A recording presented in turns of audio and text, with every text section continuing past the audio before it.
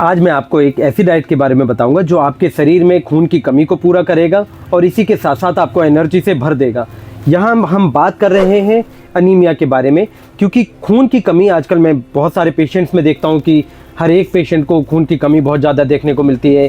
हर किसी का ESR बढ़ा रहता है और इसी के साथ साथ ब्लड काउंट बहुत ज़्यादा लो होते चले जा रहे हैं। तो ऐसा होने के बहुत मेन कारणों में डाइट बहुत ज़्यादा रिस्पॉन्सिबल होता है। और अगर इस तरह के सिम्टम्स बहुत ज़्यादा डोमिनेंट हो जाए तो पेशेंट्स को लेथार्जी बहुत ज़्यादा हो जाती है, थकान बहुत जल्दी होने लगती है। मैं देखता हूँ कि कुछ पेशेंट्स में काम करने में बहुत ज़्यादा तनाव आने लगा है। इसी के साथ साथ फटीग बहुत ज़्यादा बढ़ने लगा है। ये फटीग किसी भी फॉर्म में हो सकता है, ये मेंटल फटीग के रूप में हो सकता है, या कई बार फिजिकली बॉडी की एक्सर्शन लेवल भी बहुत ज़्यादा बढ़ते चले जा रहे हैं।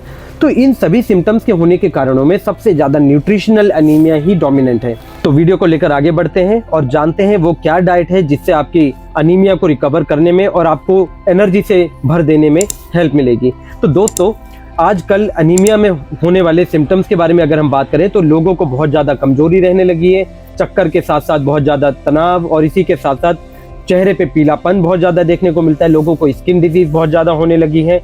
यहाँ ड्राइनेस के साथ साथ हम स्किन पे होने वाली पिगमेंटेशन के बारे में भी बात कर रहे हैं।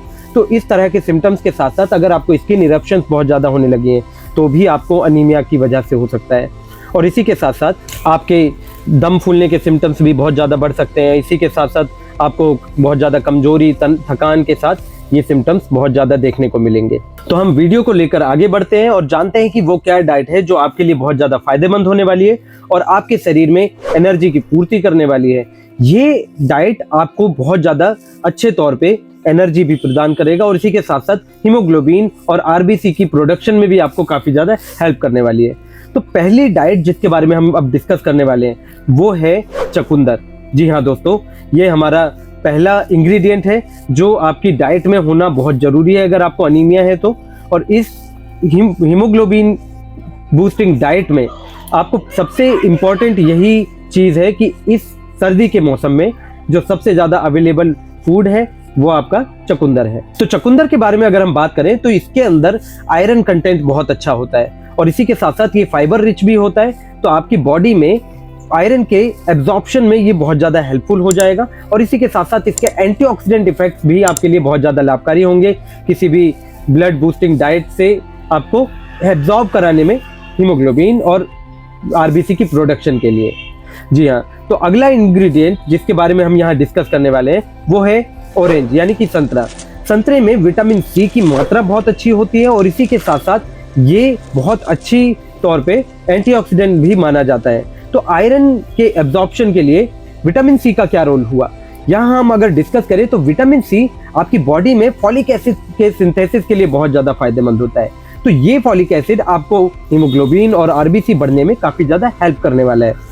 तो आपको ऑरेंज या फिर विटामिन C की कोई भी और डाइट वो अपनी डाइट में इंक्लूड जरूर करनी चाहिए।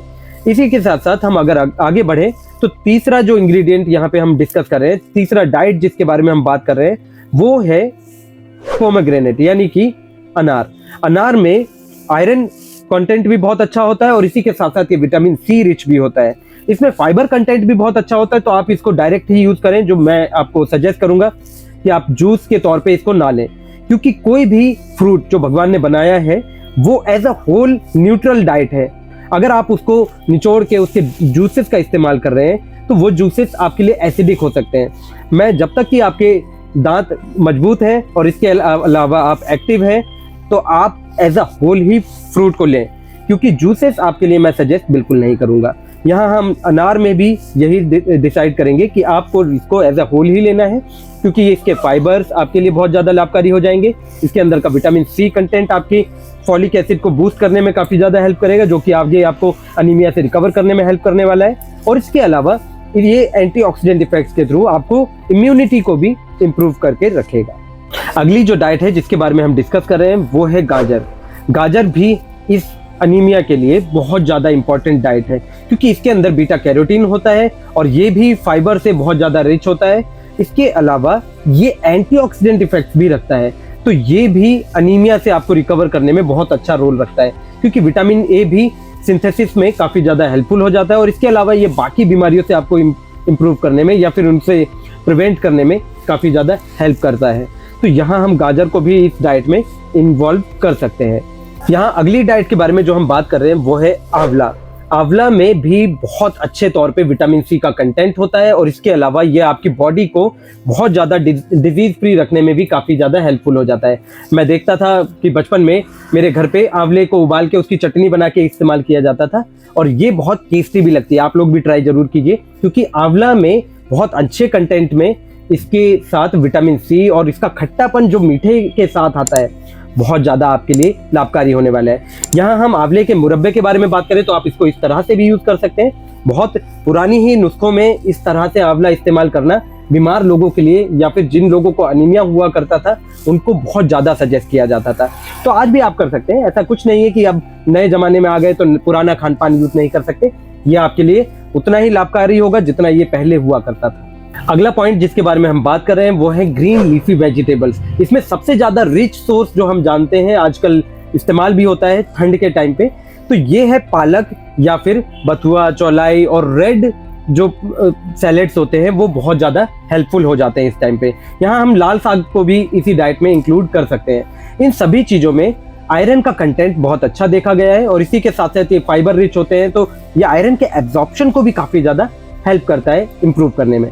यहाँ इन सभी चीज़ों से आपको एनर्जी सोर्सेज के तौर पे भी बहुत ज़्यादा लाभ मिलने वाला है, तो आप इसको अपने डाइट में ज़रूर इस्तेमाल करें। मैं देखता हूँ कुछ बच्चों को आजकल इन सभी खान पान की चीज़ों से बहुत ज़्यादा परहेज होता है क्योंकि उनको टेस्ट अच्छा नहीं लगता।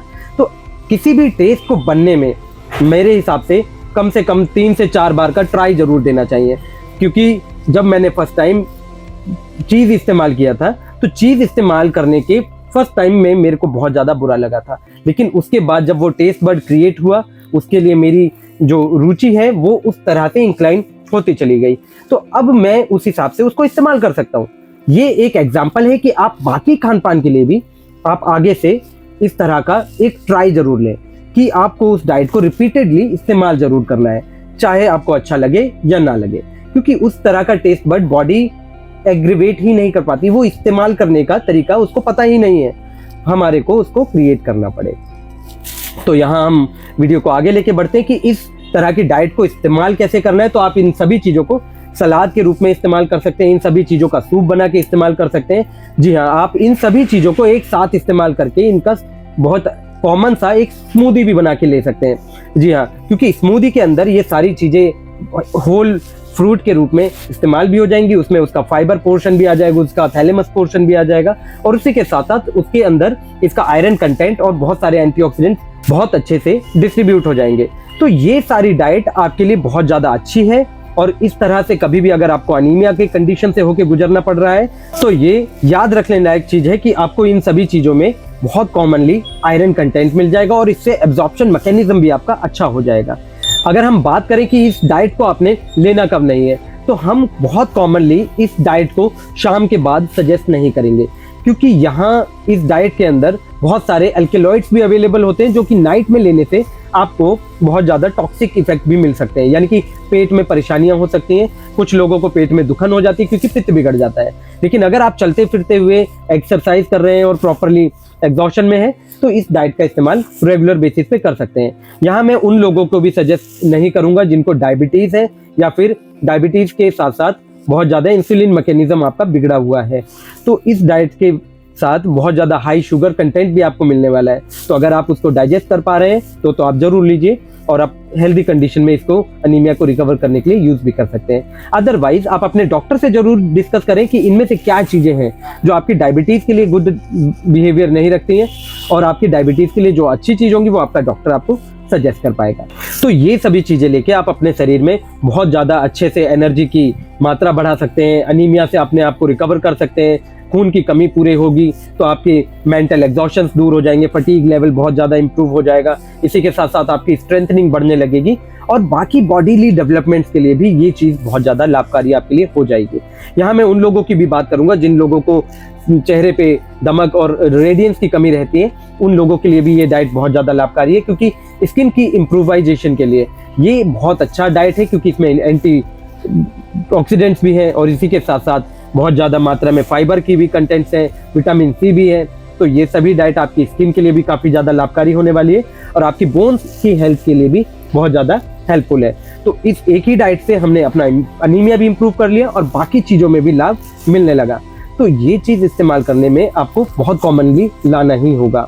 इसके अलावा अगर हम बात करें तो ये आपकी बॉडी में होने वाले बहुत ज़्यादा इम्यूनिटी की प्रॉब्लम्स को रिकवर करने में भी काफ़ी ज़्यादा हेल्प करने वाला है। तो यहाँ हम अपनी वीडियो को समाप्त करते हैं और मिलते हैं एक और नए टॉपिक में, एक और नए वीडियो के साथ, और ऐसे ही डिस्कस करेंगे कि आप खान पान में क्या चीज़ इस्तेमाल कर सकते हैं या किन चीज़ों से आप अपने आप में बचाव ले सकते हैं। तो मेरी वीडियोस को लाइक, शेयर और सब्सक्राइब जरूर करें और मेरी वीडियोस पे कमेंट करके जरूर बताएं कि आपको कौन कौन से टॉपिक्स पे वीडियोस पसंद है और क्या चीज़ों पे आप जानकारी लेना चाहेंगे।